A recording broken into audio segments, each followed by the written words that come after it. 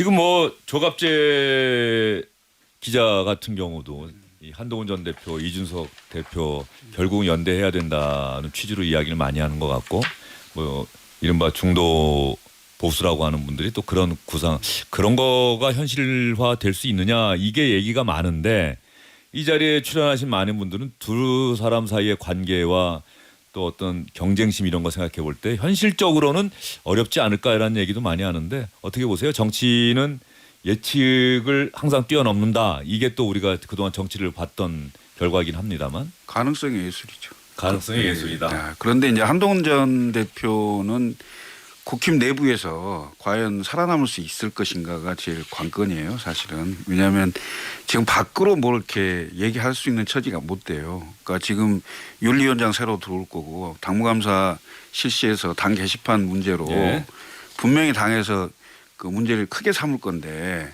지금 뭐 밖에 뭐 내년 재보궐선거니 뭐 지방선거에 내가 나가겠다, 당 내에서 아마 그걸 못하게 막아버릴 걸로 좀 생각이 들어요. 그런데 그런 상황에서 과연 한동훈 전 대표가 어떤 정치적 행보를 통해서 그것을 극복해낼 것인가. 극복한 이후의 얘기입니다, 사실은.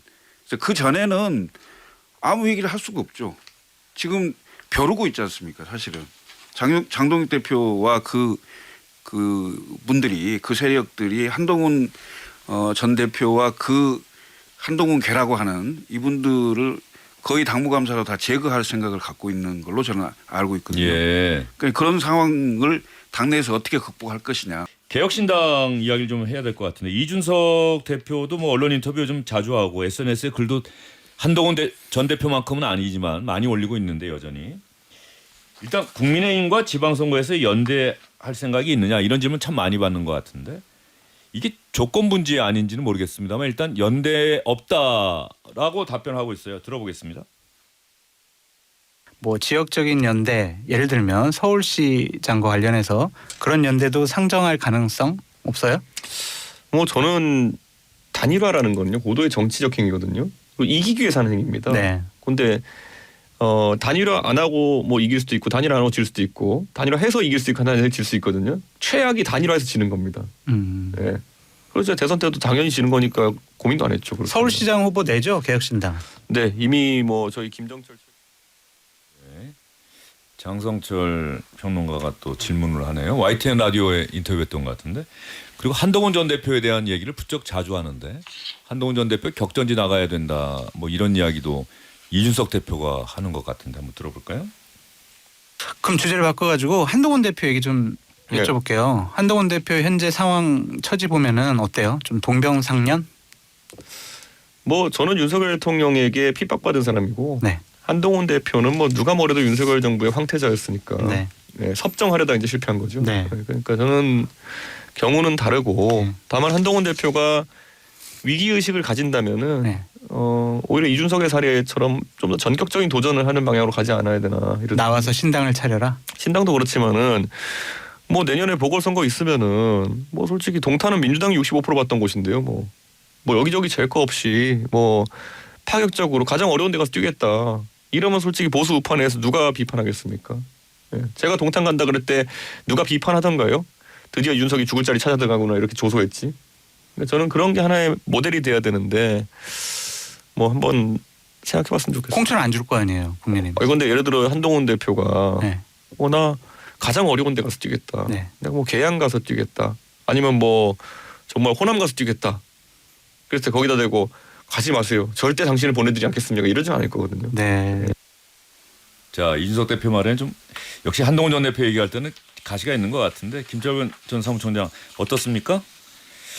지금 뭐 조갑재 기자 같은 경우도 이 한동훈 전 대표, 이준석 대표 결국은 연대해야 된다는 취지로 이야기를 많이 하는 것 같고, 뭐 이른바 중도 보수라고 하는 분들이 또 그런 그런 거가 현실화 될 수 있느냐, 이게 얘기가 많은데, 이 자리에 출연하신 많은 분들은 두 사람 사이의 관계와 또 어떤 경쟁심 이런 거 생각해 볼 때 현실적으로는 어렵지 않을까라는 얘기도 많이 하는데, 어떻게 보세요? 정치는 예측을 항상 뛰어넘는다. 이게 또 우리가 그동안 정치를 봤던 결과이긴 합니다만. 가능성의 예술이죠. 가능성의 예술이다. 네. 그런데 이제 한동훈 전 대표는 국힘 내부에서 과연 살아남을 수 있을 것인가가 제일 관건이에요, 사실은. 왜냐하면 지금 밖으로 뭐 이렇게 얘기할 수 있는 처지가 못 돼요. 그러니까 지금 윤리위원장 새로 들어올 거고 당무감사 실시해서 당 게시판 문제로 예.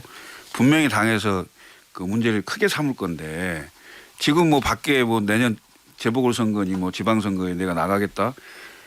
당 내에서 아마 그걸 못하게 막아버릴 걸로 좀 생각이 들어요. 근데 그런 상황에서 과연 한동훈 전 대표가 어떤 정치적 행보를 통해서 그것을 극복해낼 것인가. 극복한 이후의 얘기입니다, 사실은. 그래서 그 전에는 아무 얘기를 할 수가 없죠. 지금 벼르고 있지 않습니까, 사실은. 장동익 대표와 그 분들이 그 세력들이 한동훈 전 대표와 그 한동훈 개라고 하는 이분들을 거의 당무감사로 다 제거할 생각을 갖고 있는 걸로 저는 알고 있거든요. 예. 그러니까 그런 상황을 당내에서 어떻게 극복할 것이냐. 우선 그 극복한 다음에 생각해도 늦지 않습니다. 사실. 지방선거 때 한동훈 전 대표가 어떻게 할지 그리고 그 이후에 총선을 앞두고 대선을 앞둔 상황에서 뭐 이준석 대표와 함께 할 수 있을지 여부는 뭐 그때쯤 가서 또 생각해 그럼 볼 그 이후의 문제다. 문제지. 예. 그 전에 제가 봤을 때는 굉장히 어려운 일이거든요, 사실은. 그리고 거기 못 견디면 나와서 당을 만든다든지 이런 결기를 혹시 보여줄 수 있는 건지 아니면 앉아서 당할 건지 뭐 아니면 그걸 돌파하기 위해서 아까 이 대표가 얘기했듯이 나는 험지에 나가서 뭘 하겠다든지 희생과 헌신을 하겠다든지 뭐 이런 어떤 태도를 보여주느냐를 우선 좀 봐야 되겠다. 근데 지금 SNS 글을 보면 이준석 대표하고 한동훈 전 대표는 분명히 SNS에 글 올라간다는 거를 뭐 기사나 이런 걸 통해서 보는데 이 서로에 대해서는 이런 방구 대응을 안 하더라고요. 댓글을 안 하더라고요. 아예 서로 무반응하기로 한 것 같은데 뭐 그걸 하여튼 보겠습니다. 이준석 대표 경기지사 가능성은 있는 겁니까? 저는 별로 없다고 생각합니다. 국회의원 자리에서 개혁신당의 당세를 키우는 것이 더 중요하다. 그리고 전체 근데 언론 인터뷰에서 마치 가능성은 열려 있는 것처럼 이야기를 했잖아요. 왜냐하면 경기지사 후보가 없는 거 아니냐. 뭐 이런 서울시장은 뭐 얘기, 이렇게 함익병 그 의사인 함익병 씨 뭐 이야기. 이제 김정철 최고위원이라고 예. 그분이 이미 근데 이준석 대표가 함익병 씨 손을 얘기를 들었고 하더라고요. 예. 그다음에 이제 함익병 원장 얘기도 했어요. 예. 함익병 원장이 원래 정치에 대한 생각이 좀 있는 예. 분이었고 대통령 선거 때도 함께 활동했고 동탄 선거 때 굉장히 도움을 많이 예. 줬던 분이고요. 그래서 본인이 정치에 관심이 많으세요. 그런데 이제 구체적으로 서울시장에 나설지 그런 고민까지 하고 있는지는 좀 봐야 되겠죠. 예. 개혁신당이나 조국혁신당이나 사실은 지방선거에서 얼마나 많은 후보를 내보낼 수 있을지는 여전히 뭐 물음표가 좀 달려 있는 것 아닙니까? 저희는 그냥 좀 얘기한다면 17개 광역단체 중에 1개 이상. 예. 그다음에 기초단체장은 17개 광역단체별로 1개 이상. 그다음에 광역의원은 17개 광역단체별로 1명 이상. 예. 기초의원은 220개 정도 되는 기초단체에 1명 이상을 목표로 예. 해보려고 하는데 예. 구체적으로 그만큼의 숫자를 다 채울 수 있을지는 모르겠습니다만은 선택과 집중을 할 수밖에 없는 당세다 이 예. 말씀을 드리는 거죠. 예, 솔직하게 또 현재 당세를 인정하시고 조국혁신당은 어떻습니까? 뭐 현실적으로 어렵기 때문에 예. 저는 뭐 드리는 말씀이라고 뭐 감안해서 들어주십시오. 후보자의 출마의 숫자가 중요하지 않다고 네. 생각합니다. 왜냐하면 후보를 출마하는 데 있어서 여러 가지가 이유가 있겠지만 이번 지방선거에서 꼭 해결해야 될 시대적 과제와 부합할 수 있는 후보를 얼마나 찾아서 국민들께 선택을 받게 하기 위해 할 것이냐 이게 더 중요한 문제라고 생각하거든요. 그래서 숫자는 마냥 늘리려고 하면 저희 지금 뭐 그 이전부터 지금까지 입당을 타진하신 분들이 꽤 있습니다. 그러나 그걸 다 저희들이 수용하지 않았던 이유는 우리가 가고자 하는 방향과 그분의 생각이 일치하는지에 예. 대한 충분한 검토가 필요했기 때문입니다. 지난해 하반기인가요? 호남 지역에서 있었던 그 담양 군수. 예, 담양군수. 예. 그때 조국혁신당의 기세와 지금의 기세가 뭔가 좀 한풀 꺾인 듯한 느낌을 일반 국민들 유권자들이 갖고 있지는 않을지 네, 또 반전이 있겠죠. 인정하시는 거네요. 예, 반전을 하라고 또 예. 저희들이 또 새로운 당직도 임명했고요. 예. 그럼 세월이 정말 길게 느껴집니다만 그게 예. 올해 4월이었습니다. 올해 4월입니까? 지난해가 아니고요. 작년이 아니고 예. 올해 4월이었습니다. 예, 알겠습니다. 아 그런가요? 네. 올해였나요? 예, 올해 4월 2일 날로 기억하는데요. 예. 예, 보궐선거가 4월 2일 날 있었습니다. 대선 직전 헌재 결정 나오기 직전이었네요. 예, 그렇습니다. 예. 예, 아 정말 오래전 일처럼 기억이 돼서. 자, 근데 예. 이 상황을 보면 참 마음이 안타깝다는 생각이 예. 전 드는데 이제 오늘 정청래 대표 예방할 때도 예. 사실 신임 대표가 원내에서 예방을 갈 때 그냥 덕담 주고받는 자리잖아요. 예. 근데 거기 가서 너네 의원 입단속해라 뭐 이런 얘기를 면전에서 정청래 대표가 던진다는 건 사실 정말 무례한 일이라고 생각하고 근데 그런 취급을 그렇게 무시받는 걸 감당해야 되는 처지에 있는 거잖아요. 그래서 저희가 참 정의당의 길 뭐 이런 얘기를 또 조국혁신당 얘기하시는 분들이 많이 하셔가지고 참 이렇게 정의당이라고 하는 정당의 존재감이 한국의 정당사에 있구나 그런 생각을 했는데 지금 조국혁신당을 보면 2018년 생각이 나요. 그 지선 때. 예. 그러니까 그때가 딱 2017년에 박근혜 대통령 탄핵하고 그리고 당시에 정의당이 이제 문재인 정부의 어떤 개혁을 견인하겠다. 이제 이런 기치를 내걸고 활동을 했고 2018년에는 지금은 이제 신장식 의원님이 조국혁신당 예. 계시지만 정의당 사무총장님으로 오비일학 이런 얘기 하셨거든요. 예. 그러니까 지빈비조의 이제 옛날 2018년 판인 거죠. 그래서 2018년까지는 좋았어요. 그리고 그때 뭐 지지율도 특히나 비례대표는 많이 나왔는데 문제는 이번이랑 너무 비슷하게 정치개혁에서 벌어진 거죠. 그러니까 저희는 정말 그때까지 정의당에서 많은 사람들이 민주당은 정치개혁에 의지가 있고 그리고 위성정당을 만들지 않을 것이다 라고 예. 하는 신뢰가 있었지만 그게 판판이 깨지고 지금까지 오게 된 게 정의당이거든요. 그래서 저희가 참 이 독자적 진보 정치의 길을 간다는 게 얼마나 힘든 일인가 그런 생각을 보면서 많이 하게 됩니다. 알겠습니다. 그 길이라는 또 단어를 쓰시니까 사실 많은 분들이 이 길을 만들어낸다는 게 쉬운 일은 아니죠. 근데 결국 그 길을 만들어내는 정치인, 정치 세력, 정당이 국민들에게 인정을 받는 거죠. 남들이 안 간 길, 남들이 다 간 길을 따라가서 가는 사람도 있지만 뭔가 주목받고 큰 정당, 큰 정치인이 되기 위해서는 그 길을 만들어내는 역량을 보여줘야 되고 그 길이 국민들의 동의를 받을 수 있어야 된다는 생각이 들고요. 그렇습니다. 김선임 평론가 지금 생각에 상념에 잠기셨는데. 아닙니다. 예, 네, 전혀 별 생각 아닙니까? 없습니다. 예. 아니 이 세 분 얘기를 저 귀담아 듣고 계셔야지. 예. 귀담아 듣느라 다른 생각을 하지 않았습니다.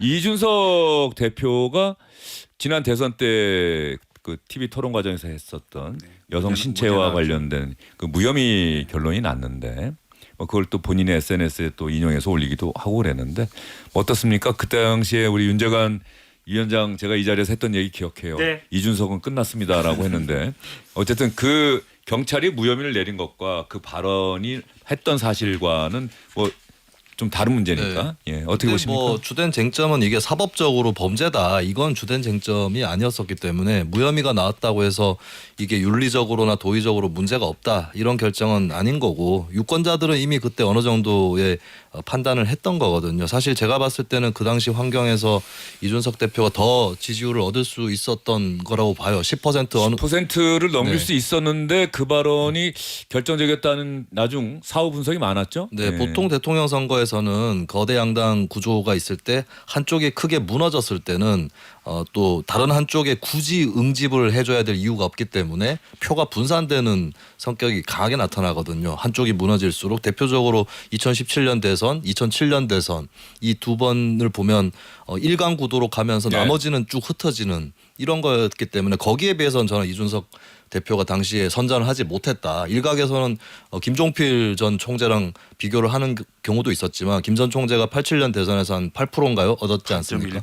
근데 김 전 총재는 그때 일노 양김이라는 기라성 같은 사람들과 싸워서 그때 또 사자구도였으니까. 네, 8%를 얻은 거라서 이전 대표하고는 좀 다른 케이스다라고 하는 거고 그때 사실 제가 시청자들 그 TV 토론을 지켜본 사람들 좀 많이 입장을 전해 듣거나 혹은 직접 들었는데 여성분들은 그냥 자리에서 일어나서 TV가 없는 방으로 들어가신 예. 분들도 많고 이런 것들은 이제 이준석 대표가 무혐의다 이걸 강조할 것이 아니라 뭐 그때 어떤 판단 착오가 있었다면 혹은 뭐 어떤 계기가 있었던 이런 것들을 좀 복기를 해서 반성하는 모습을 더 보여야 되지 않을까. 그리고 사실 이 대표가 잘 알고 있어야 될 게 이 대표를 지지한 7%도 이 대표가 평소에 하던 안티페미니즘이나 이런 걸 다 지지해서 지지한 사람들은 아닙니다. 그 사람들 중에서도 1, 2번 못 찍게 서서 이 대표 찍은 사람도 많이 있는데 잘못하면은 그 지지층도 잃어버린다. 지금 사실 개혁신당 지지율이 이 대표의 당시 대선 후보 지지율보다 더 낮게 나오고 예. 있잖아요. 예. 이런 부분들을 또 새겨봐야 될 게 아닌가 싶습니다. 예, 장영 의원은 어떻습니까? 경찰이 무혐의를 내렸어요. 네, 그렇죠. 뭐 김수민 평론가 잘 지적해주셨던 것처럼 이제 경찰의 판단이 전 유감스럽다고 생각을 하지만 이제 그것과 별개로 이준석 대표가 이제 대선 후보 TV 토론에 나와서 대국민 언어 성폭력을 저질렀다는 사실이 변하지는 않는 것 같습니다. 예. 그래서 이걸 무혐의가 나온 거를 잘했다고 자랑할 일은 아닌 것 같아요. 자숙해야 되는 일이라고 봅니다. 예, 이준석 대표도 사과하는 얘기는 잘 못 들어본 것 같아요. 항상 정면 돌파형. 어떻게 가장 가까이서 또 오랜 기간 같이 일했는데 이준석 대표가 사과를 할 때도 있습니까? 같이 일하는 사람에게? 있죠. 예. 네, 그런데 이렇게 대국민 뭐 당원 이런 거 상대로 이 대표가 제가 좀 부족했습니다라고 고개를 숙인 모습이 기억나는 게 있습니까? 아니 이 사안에 대해서도 그 예. 사과를 했고요. 그다음에 따로 또 당원들에게는 더 상세하게 예. 절절하게 사과도 했고요. 그것도 사과로 받아들이는 분이 얼마나 있었을까. 이준석 대표가 사과했다면 다 기억이 날 텐데 저도 기억은 나요. 어떤 표현을 썼는지 그 제가 한번 찾아볼 것 같은데 그러니까 이게 사과가 받는 사람들이 정말 진짜 사과 진심으로 뭐 무릎까지 꿇고 머리 숙여서 사과하는구나라고 하는 사과와 그냥 이렇게 딱 던지는 사과하고는 다르잖아요. 하여튼 뭐 큰 정치인으로 성장하는 과정에서 좀 숙고하고 성찰하는 그런 계기가 되기를 좀 바랄 뿐이죠. 예. 제 질문에 답을 안 하시는데. 아니 그 사과를 예. 그러니까 저는 사과를 이렇게 하는 걸 좀 주로 봤는데 예. 그게 이제 그 받는 사람 국민들 그리고 또 당원들 입장에서는 그게 아니라고 생각하면 더 숙여야 되겠죠. 예. 네. 알겠습니다. 정치인의 사과는 어떻게 해야 되는가? 그 영원한 숙제 아니겠습니까? 뭐 정치인의 입장에서 보면 충분한 사과를 하기 위한 노력을 많이 했으나 늘 그 찬바람만 부는 게 그 통례 아니겠어요? 그래서 결국은 국민들은 이런 주문을 하시는 것 같아요. 사과는 사과고 앞으로 네가 어떻게 바뀌는 모습을 볼 건지 계속 지켜보겠다. 예. 그래서 사실은 사과를 했냐 안 했냐보다 더 중요한 것은 그때 사과를 해야 될 이유에 대해서 바뀌고 성찰해서 개선하는 노력들을 국민들께 진정성 있게 보이는 거 이게 매우 중요하다 생각합니다. 그런 차원에서 본다면 이준석 의원인 혐오 정치에 기대는 정치를 계속하지 않는다라고 하는 모습을 지속적으로 보여줘야 된다. 그런 주문을 꼭 좀 하고 싶습니다. 아니 이준석 대표가 혐오 정치를 한 적이 없는데. 그 발언 자체가 사실은 지금의 그 최대의 우리나라의 균열 구조인 남성과 여성을 구분하고 여성에 대한 혐오적인 발언이었기 때문에 그런 내용들이 더 이상 우리 정치권에서 지도자급이 되고자 하는 사람들 입에서 나오지 않는 그런 정치를 만드는데 본인이 앞장섬으로써 그동안의 사과가 진정성이 있었다는 것을 증명하는 게 과제가 아닌가 싶습니다. 원래 정치인의 사과는 국민의 기대를 뛰어넘는 그렇죠. 네, 뛰어넘는 얘기를 하고 뛰어넘는 결단을 할 때 국민이 감동하는 거거든요. 그런 그 정치적 행동을 할 수 있는 용기가 필요한 거죠. 네, 그렇죠. 예. 예, 근데 그 용기도 지속성이 있어야 됩니다. 조국 대표나 이준석 대표나 지금 이 시점에서 바라보는 국민들 그리고 1년, 2년, 3년 뒤 어느 시점에선가 또 국민들이 바라볼 때 얼마나 달라져 있을지 또 그런 부분들을 한번 봐야 될 것 같고요.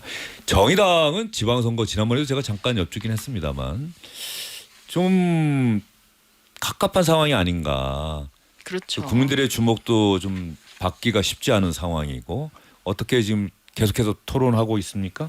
그렇죠. 이제 당적으로 사실은 뭐 어느 때보다 어려운 상황에서 그래도 정당이라는 조직은 결국엔 선거를 통해서 시민들께 존재를 인정받는 조직이기 때문에 어떻게 목표를 현실적으로 설정을 하고 지방선거를 치러야 될 것인지에 대해서 그리고 여러 재보궐들에 대해서도 진지하게 고민을 하고 있는데 저희 대표님이 너무 현장파세요. 권영국 대표. 네, 늘 정말 그 현장 사회부 기자들한테 연락처가 없는 사람이 없는 장점을 갖고 계신데 중앙 정치를 별로 안 좋아하시는 거예요. 예. 그래서 그 점에 있어서는 대표님 이제 좀 현장도 좋지만 중앙으로 좀 모셔서 이제 이야기를 많이 누군가 하셨으면 권영욱 좋겠습니다. 대표를 또 대신해서 중앙 정치 하시는 분이 있으면 역할 분담이 되겠네요. 뭐. 열심히 예. 이제 저도 같이 보좌를 해야죠. 알겠습니다. 김수희 평론가는 오늘 네. 끝날 때까지 계셔도 되는 그렇습니다. 거네요. 예.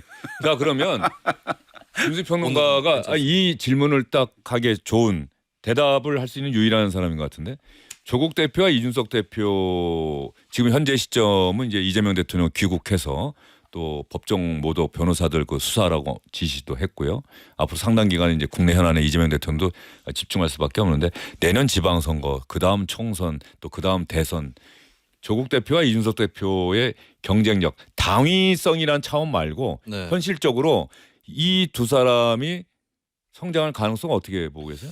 저는 지지층 정해져 있는 지지층 밖으로 확장하기는 상당히 어렵다라고 봅니다. 사실 뭐 그 두 사람뿐만 아니라 현재 한국 정치권에 한동훈 전 대표도 마찬가지다. 그렇어요. 예. 예, 왜냐하면 한동훈 전 대표 같은 경우는 현재 어떤 몇 가지 호재들이 있었잖아요. 어느 정도 확장성 있는 주제들인데도 윤석열 전 대통령이 발탁을 해서 정치권에 들어온 사람 예. 이 이미지가 워낙 강해서 이걸 아직까지 못 뚫고 나가는 그런 모습을 보여주고 있고 근데 이준석 대표 같은 경우는 이미 제3당 실험을 먼저 시작을 해서 해봤는데 또 묶여있는 측면이 분명히 있는 거거든요. 그리고 우리나라의 무당파 유권자들 중에 또 사실 20, 30대 여성이라든지 이쪽도 상당수가 있는데 이쪽으로는 또 뻗어나가지 못하고 예. 있는 이런 상황인 것이고 근데 조국 대표 같은 경우는 사면은 됐지만 사면 됐다고 사법 리스크가 사라지거나 하는 건 아니기 때문에 계속해서 이제 과거의 일이라든지 이런 것들이 발목을 잡을 수밖에 없지 않나 이런 생각이 듭니다. 만약에 이제 뭐 이런 인물들이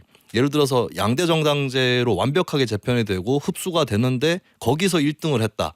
그래서 경선을 다 통과를 해서 나오게 되면 우리나라는 또 상대방 잘못 때문에 내가 50% 가까이 가져가는 구조잖아요. 그래서 대통령이 되거나 할 수는 있다 할지라도 좀 현재로서 확장성이라든지 또는 이제 아직까지 깃발이 꽂혀 있지 않은 유권자 사회 영토로 나아간다든지 이런 것들이 상당히 어렵다. 그래서 저는 유권자들도 불과 수년 만에 생각들이 많이 바뀌신 것 같은 게 사실 예. 항상 물어보면 지금의 정당들이 마음에 안 들어요. 이런 유권자는 여전히 많지만 근데 정치판 돌아가는 꼴을 보니까 거대 정당 밖에서는 안 되겠다.